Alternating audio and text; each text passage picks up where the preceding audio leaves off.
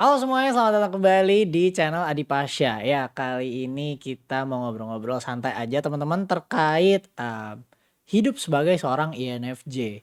Ya, kalau kalian sempat dengar ada 4 huruf yang sering kalian temuin sehari-hari gitu ya, misal kayak INTJ, ENFP, ESTJ, dan sekarang INFJ. Ini tuh sebenarnya apa sih, Sya? Jadi sebelum kita ke sana gue pengen, say hello dulu buat teman-teman semua yang baru nemu channel ini di Pasya atau kalian tahu gue dari Valkro, ya welcome. Ini adalah channel buat gue ngomong-ngomongin soal human development atau apa, human development, what? Ya, psychology, anything, intinya sharing about life itu di channel ini. Sama buat teman-teman semua yang denger di podcast, iya ini adalah podcast pertama, jadi ini juga di-upload di podcast teman-teman di Spotify, cari aja nanti Adipasya Yarzuk gitu ya. So ya teman-teman semua apa kabar? Semoga sehat selalu dimanapun kalian berada. Semoga lancar-lancar terus yang sekolah, kuliah, kerja semua semoga lancar, nggak ada aneh-aneh gitu ya. Jadi buat teman-teman semua yang nggak tahu apa 4 huruf itu ya itu adalah personality type atau ya bisa dibilang eh, ada 16 tipe yang bisa mengklasifikasi kalian itu termasuk ke dalam yang mana gitu. Nah, kalian kalau mau coba tes sendiri kalian bisa langsung aja ke 16personalities.com gitu ya. Gue udah pakai website ini juga, udah sekitar 5 tahunan terakhir ini. Jadi biasanya kalian kalau masuk universitas atau gue nggak tahu ya, mungkin sekolah juga ada yang, suruh ngetes-ngetes gini, tapi kalian biasanya ada lah beberapa yang suruh coba ngetes di 16personalities.com. Itu coba. Kalau kalian bingung gimana, klik aja link di description nanti gua taruh. Ya jadi di situ nanti kalian akan dikasih sets of question gitu kayak mungkin ada 100 kali pertanyaan, gua nggak tahu sih jumlah exactnya berapa. Tapi kalian nanti akan dikasih berbagai macam pertanyaan dan kalian cukup jawab aja sesuai diri kalian gitu. Maksudnya jujur aja, misalnya kayak ditanyain, lu lebih ke yang arahnya lebih ke feeling gak kalau misalnya lo ngelihat orang di jalan gitu kakek-kakek minta-minta, lo yang gak tegaan apa lo yang kayak gimana? Nanti kan ada tuh, lo akan strongly agree atau strongly disagree. Nah, nanti itu lo jawab aja sesuai ya sesuai diri lo aja gitu, maksudnya jujur aja gitu. Nanti, setelah lo jawab itu semua akan keluar hasilnya, ada 1 dari 16 lo akan termasuk ke dalam personality yang mana.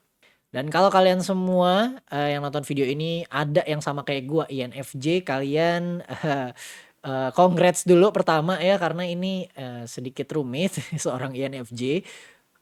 Gua terakhir tes 5 tahun ke belakang sih INFJ selalu ya. Jadi kayak 2017 tuh gua ngetes INFJ, 2018 INFJ, terus kemarin terakhir gua baru ngetes habis banyak problem segala macam yang mungkin nanti gua akan bahas di episode-episode selanjutnya, itu INFJ lagi, gitu ya.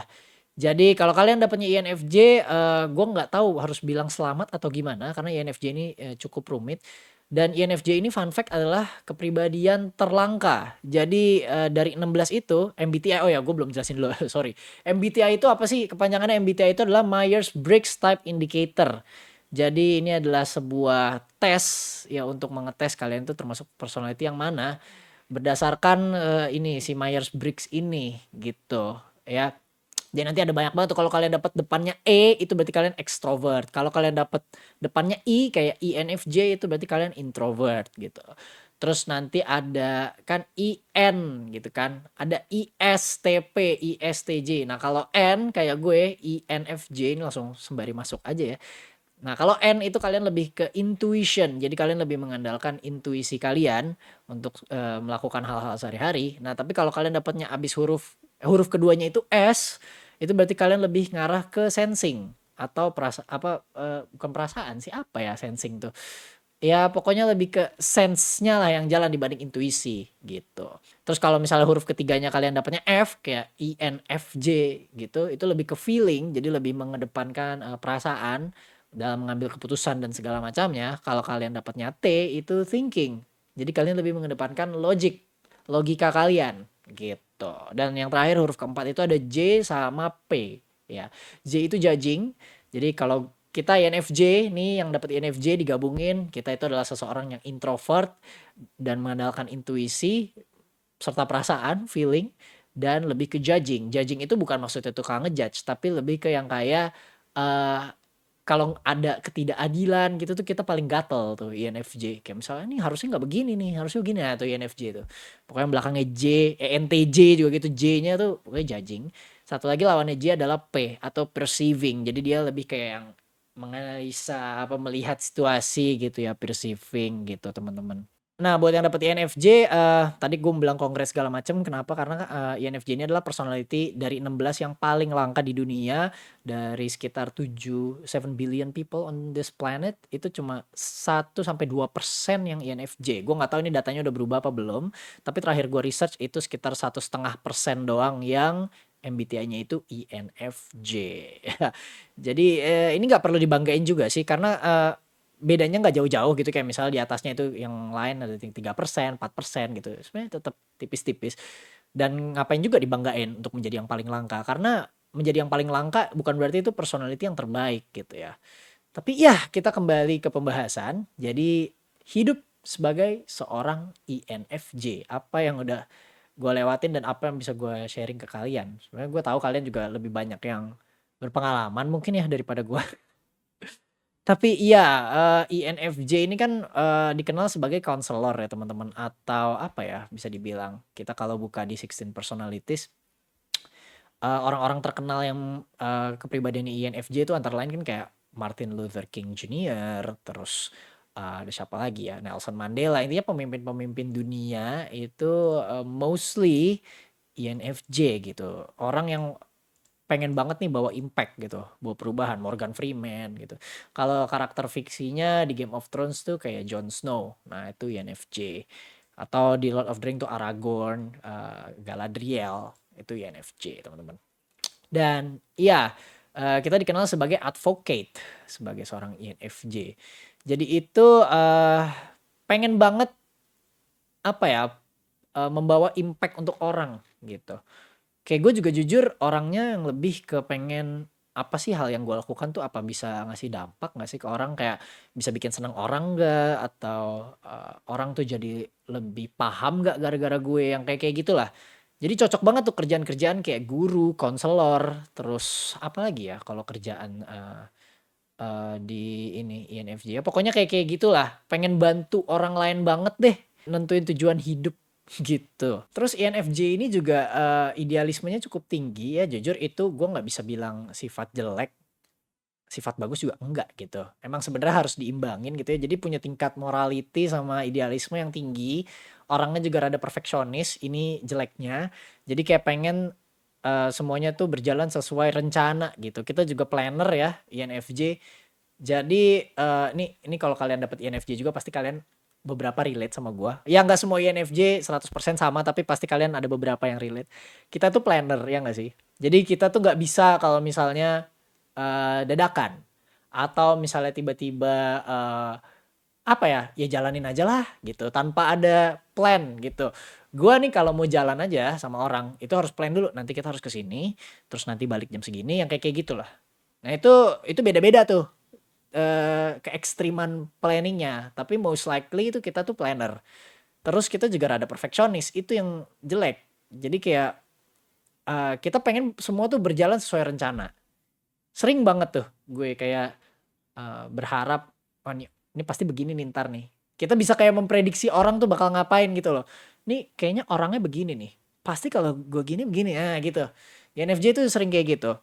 Ya kita suka nge-treat, secara nggak langsung ini ya, ini gue nggak tahu sih ini rada-rada gimana, tapi secara nggak langsung kita tuh nge-treat, other people, eee, itu sebagai objek, ada sebuah objek lagi di otak kita yang kita buat, soal orang itu. Lu ngerti nggak sih maksud gue? Misalnya nih, misal misal, lo kenal sama temen lo, katakanlah namanya siapa gitu, ya Adipasya, Adi gitu, katakanlah lu kenal sama si Adi nih.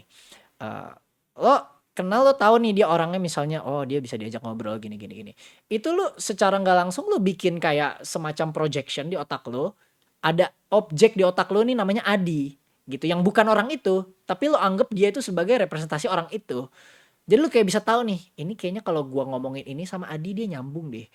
Terus kalau gua misalnya ngomong ke sini nanti dia bakal gini deh, gitu. Jadi kebanyakan itu planner kan, jadi lu kayak mikir kemana-mana gitu. Overthinker juga enggak sih, gimana ya ngejelasinnya ya. Tapi ya ini kalau INFJ pasti langsung nangkep nih maksud gua apa. Jadi lu kayak bisa memproyeksikan apa yang bakal orang itu lakuin ke depan gitu.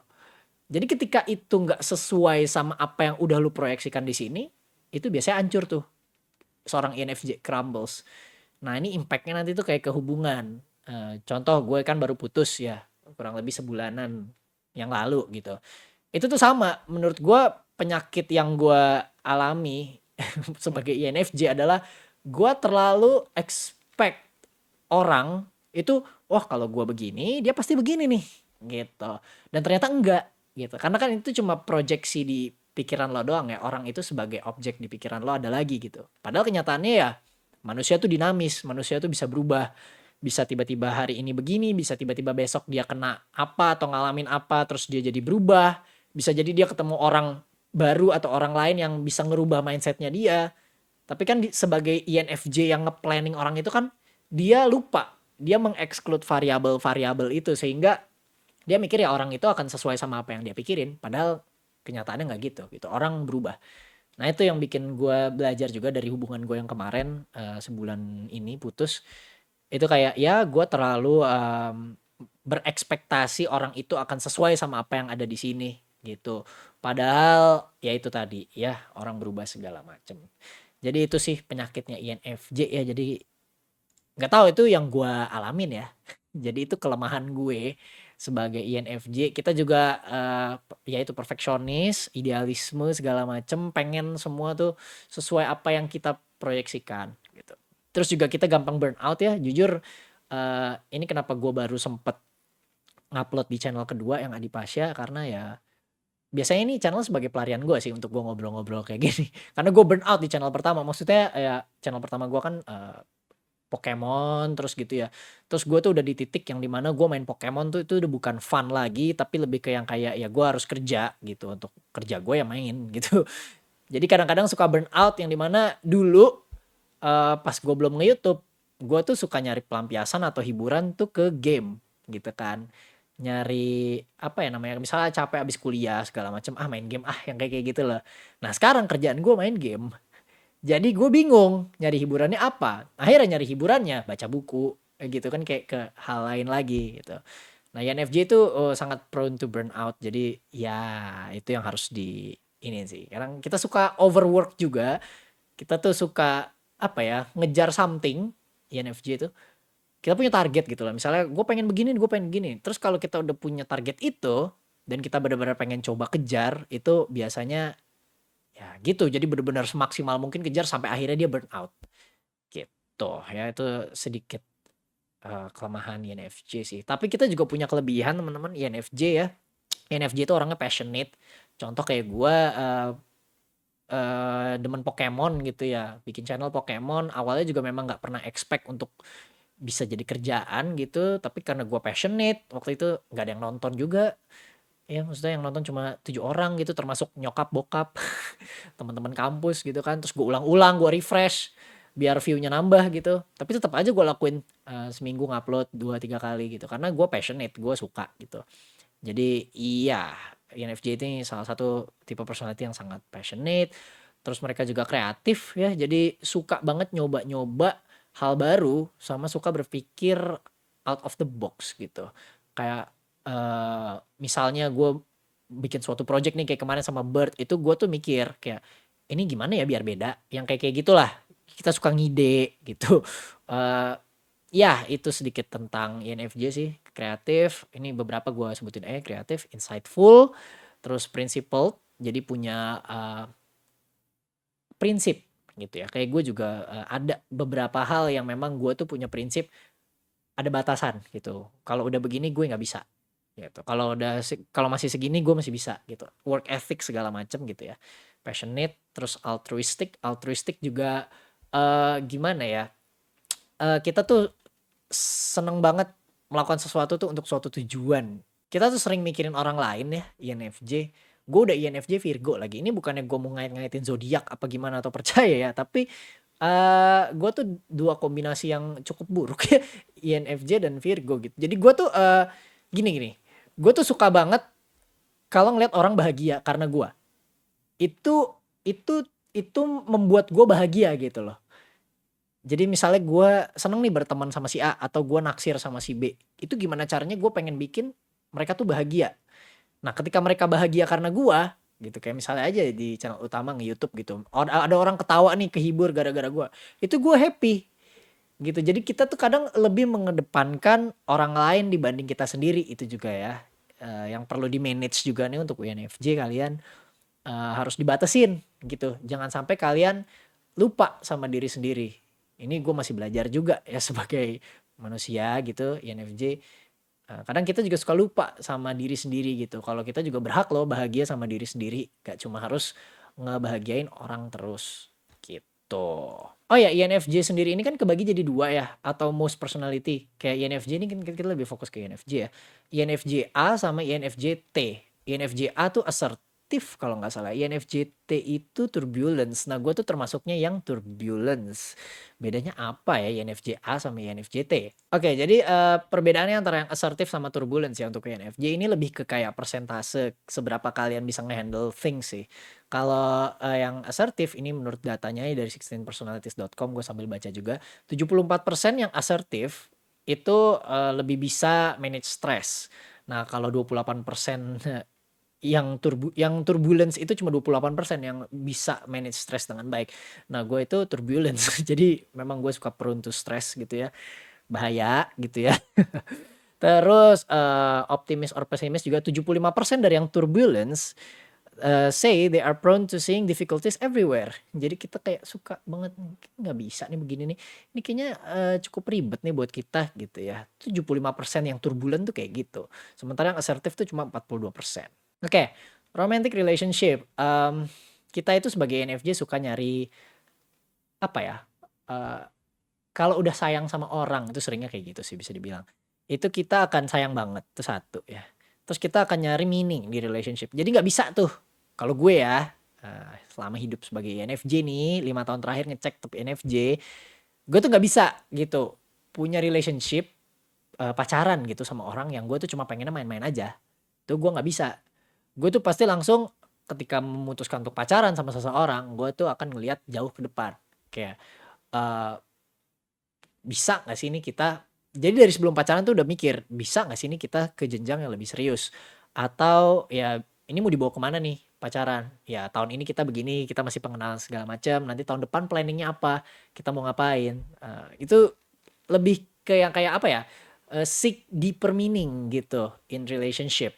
Jadi imajinasinya tuh jauh mikir ke depan gitu ya. Makanya beberapa personality kadang nggak cocok sama INFJ dan kadang merasa INFJ ini itu terlalu, aduh lu ngapain sih mikirin kayak gitu, itu kan masih jauh ke depan, santai aja. Nah, itu problemnya gitu. Ya, it can take time for advocates to find a compatible partner. Bener, biasanya ini kan gue baru putus ya, kayak sebulanan. Untuk bisa gue pacaran lagi itu biasanya lama ya. Gue terakhir dari mantan gue ya setahun lah, setahun tuh menurut gue cukup lama ya. Ada orang kan yang abis putus langsung cari cewek lagi, pacaran lagi gitu bisa. 2 bulan setelah putus pacaran, 3 bulan pacaran lagi gitu. Kalau gue tuh nggak bisa, gue tuh selalu jaraknya lumayan, kayak setahun, 2 tahun baru pacaran lagi gitu. Kalaupun deket-deket sama orang ya deket aja, nggak pacaran. Maksudnya diri kitanya ini belum siap untuk memulai relationship lagi gitu. Karena itu tadi kita seek deeper meaning, kita bener-bener kayak butuh siap dulu secara mental dan secara pikiran segala macam, baru kita akhirnya bisa cari compatible partner lagi untuk nemenin kita sehari-hari gitu. Nah, beberapa orang tuh mikir INFJ ini kadang picky gitu ya, pemilih banget gitu. Ah, gue nggak bisa nih kalau ceweknya terlalu begini, atau gue nggak bisa nih kalau cowoknya begini, buat teman-teman yang cewek. Jadi ya kayak terlalu apa ya, terlalu nyari for someone to be perfect for him or her gitu. Dan memang personality ini INFJ itu suka punya ekspektasi-ekspektasi yang gak realistis. Contoh kayak gue kemarin pacaran tuh yang putus ini, ya gue mikir tuh udah jauh banget. Kayak tahun depan nanti begini ya, kita nanti kesini begini begini gini gitu. Padahal pacar gue aja mungkin masih mikirin minggu depan mau ngapain gitu. Dia masih mikirin kayak bulan depan mau gimana. Gue udah kayak nanti tahun depan kita begini-begini. Wah itu penyakit gue dari dulu tuh itu. Tapi ya entah kenapa it's just who we are as an INFJ gitu. Jadi nggak bisa juga dibilang ya. Paling kita bisa kurangin itu ya, dan belajar kan dari hubungan ini, kita belajar. Oh nggak bagus ya kayak gitu. Nah, itu sedikit negatifnya. Cuma ya balik lagi karena kita sebagai INFJ jadi natural untuk punya sifat-sifat seperti itu. Apalagi kita sedikit perfeksionis, idealis. Aduh, pokoknya ini serem deh INFJ gitu ya. Makanya mungkin INFJ cocoknya sama INFJ, gue nggak ngerti gitu. Gue belum pernah ketemu gebetan atau siapapun. Maksudnya temen ada cewek INFJ, pacaran cowoknya INFJ juga gitu. Cuma gue sendiri nih, selama hidup sebagai INFJ ini belum pernah nemu gebetan yang INFJ juga gitu ya. Terus apalagi yang mau gue bahas di INFJ ya, sebentar gue sambil lihat catatan dulu. Oh ya, sebagai romantic partner di romantic relationship, of course INFJ itu kayak gue, itu perlu banget tuh yang namanya appreciate each other. Itu kayaknya nggak cuma INFJ, kayaknya kalian juga perlu sih semuanya. Cuma INFJ ini spesialnya itu personality dia itu apa ya, dia akan sangat lebih mengapresiasi orang yang ngapresiasi dia, ngerti gak sih? Karena, si INFJ ini kan akan ngasih semua-mua gitu ya. Maksudnya perhatian, rasa sayang, apapun istilahnya dia kalau udah nemu, compatible partner gitu, udah mau mulai suatu hubungan pacaran, dia akan kalau memang dia sayang sama orang itu, dia serius, dia akan ngasih semuanya gitu. Dan dia akan sangat-sangat cocok sama orang yang meng-appreciate itu gitu. Dan di hubungan gue yang kemarin yang putus ini sebulan yang lalu itu kurang seperti itu. Jadi mantan gue itu yang kayak kurang bisa mengimbangi gue. Mungkin karena guanya juga yang terlalu berlebihan ngasih ke dia. Jadi kayak semuanya gue kasih attention semua, tapi dianya yang di posisi yang tidak capable untuk give those back. Memang dia selalu appreciate gue juga. Tapi memang di hubungan yang kemarin gue jalanin itu ada banyak lah faktor yang mengharuskan kita itu harus selesai gitu setelah dipikir-pikir. Setelah gue melewati 5 stage of grief ya yang mungkin nanti dibahas lagi di next episode gitu. Tapi ya as a romantic partner, advocates are warm, caring, honest, and insightful. Jadi kalian kalau dapat cowok atau cewek atau pasangan INFJ itu kalian bersyukur deh. Memang personality ini tuh rada-rada intimidating gitu ya. Maksudnya perfeksionis, idealis itu kayak no banget deh gitu kan. Tapi sebenarnya mereka itu ya warm, caring, honest, bener-bener yang kayak kalau udah sayang sama lu tuh akan kerasa dia itu sayang banget. Nah, tapi memang harus diatur itunya kayak perfeksionisnya dikurangin, idealismenya dikurangin, terus lebih ke warm, caring, honest-nya yang nggak minta timbal balik, yang gitu-gitu. Jadi dicoba di-maintain, di-balance aja semuanya sih ya. Oh ya, ada yang lupa gue bahas teman-teman, INFJ itu juga dikenal sebagai bunglon ya. Jadi dia kayak chameleon of MBTI. Dia itu seorang INFJ itu bisa apa ya? Bisa nyocokin dirinya dia tergantung situasi. Misalnya dia ketemu orang yang super bawel, dia bisa yang kayak coba calm, atau dia ketemu orang yang super super calm, dia bisa yang jadi bawel. Ya intinya kayak dia bisa membangun hubungan sama orang lain itu lebih gampang gitu ya. Terus dia kayak bisa ngomong apa ya, maksudnya bisa nyocokin gitu. Orang ngomong apa dia kayak bisa dengerin, bisa coba untuk nanggepin kayak kayak gitu sih. Jadi dia nggak punya problem lah untuk apa ya, untuk relationship sama orang lain gitu. Maksudnya bukan romantic relationship doang ya, kayak friendship gitu. Terus di pekerjaan segala macam itu lebih oke lah seorang INFJ untuk bisa berbaur di sana gitu. Terus INFJ itu juga sangat-sangat care sama perasaan orang lain. Jadi makanya kita lebih ke feeling ya teman-teman F. Kita lebih mengedepankan sesuatu itu berdasarkan feeling kita. Kayak misal nih, segimanapun kita mikir kita gedek banget sama orang itu, misalnya sama mantan kita gitu, kita benci banget sama dia. Tapi ya karena kita bukan T, bukan thinker, bukan thinking, kita feeling. Misalnya ya kita masih sayang sama dia, kita akan tetap ya kalaupun dia balik nanti kita bisa work this out lagi lah gitu. Lebih ke yang feelingnya tuh lebih main gitu. Atau kayak maafin orang segala macam. Walaupun kalau dipikir secara logik untuk orang-orang dengan kepribadian yang huruf ketiganya T, mungkin akan kayak ya enggak lah, ini udah nggak mungkin banget gue bisa baik-baik sama dia gitu, kayak males gitu. Tapi kalau F itu lebih yang kayak ngedepanin feeling gitu ya. Jadi INFJ. Apalagi ditambah dengan N-nya di depan, intuition, bergerak berdasarkan intuisi. Kalau menurut gue ini adalah hal yang harus gue kejar, harus gue perbaikin, harus ya apapun itulah. Intinya kita bergerak sesuai intuisi kita. Menurut kita ini hal yang bagus ya kita kejar. Kayak kayak gitu sih ya. INFJ. Oke, teman-teman, jadi untuk nge-summarize, ngobrol-ngobrol pada episode kali ini sebagai INFJ, ya INFJ adalah personality yang langka, bahkan di website-nya itu kurang dari 1% bahkan di dunia. Terus, INFJ itu adalah seseorang yang perfeksionis, idealis, tapi mereka juga seseorang yang sangat caring, sangat-sangat peduli dengan orang lain, dan sangat mengedepankan kebahagiaan orang lain dibanding diri sendiri dulu, most of the time kayak gitu ya. Terus pekerjaan-pekerjaan yang cocok untuk seorang INFJ itu makanya nggak mengejutkan juga. Kayak gue tuh memang sebenarnya pengen banget masuk jurusan psikologi dari dulu. Cuma karena gue SMA-nya IPA, gue nggak pernah dapet chance untuk bisa ke psikologi. Akhirnya ya ini story for another time lah. Tapi gue kuliah lagi sekarang gue di jurusan komunikasi gitu. Nggak, karena di kampus yang ini sekarang nggak ada psikologi. Jadi iya, gue sangat tertarik juga dengan hal-hal yang berbau psychologic things kayak gini. Dan pekerjaan yang cocok sebenarnya untuk seorang INFJ itu nggak jauh-jauh dari konselor, terapis, psychologist, social worker, teacher, kayak gitu ya. Jadi intinya yang kayak bring bring joy to other people, yang kayak bisa nenangin orang, ngedengerin orang, ya kayak gitu INFJ ya. Dan beda-beda juga sih posisinya mau di mana gitu ya. Bisa aja lo ke bagian yang di rumah sakit juga bisa, kayak nursing gitu, terus dokter. Intinya lo kayak lebih arahnya tuh ke sosial gitu ya, ngebantu orang lain gitu ya. Terus juga kita adalah seorang komunikator yang baik. Nah, ini juga ada beberapa dijelasin di websitenya. Kita itu tertarik sama karir-karir yang berhubungan dengan nulis gitu ya, membuat sesuatu kayak buat buku, video game kayak gue, makanya gue nge-YouTube.